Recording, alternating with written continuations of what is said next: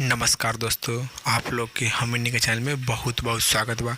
तो आप लोग के बता दें कि आज सुबह सुबह खेसारी लाल यादव जी के सबसे सुपर डुपर हिट लोकगीत गाना रिलीज किया गया है, जो कि गाना एक ही घंटा में रिकॉर्ड बना दिया है।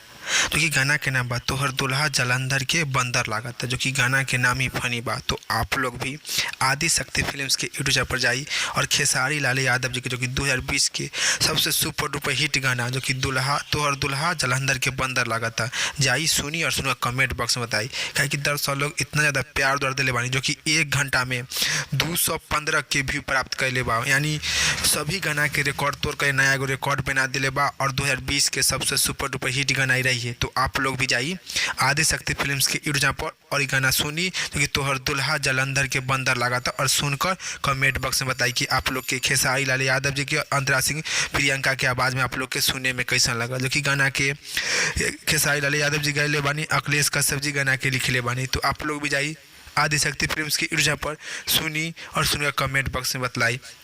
और इस वीडियो के बारे में का राय बा, का विचार बा, आप लोग नीचे कमेंट बॉक्स में बताएं। फिलहाल में इतने, फिर से मिलेंगे नेक्स्ट वीडियो में। जय हिंद, जय भोजपुरी।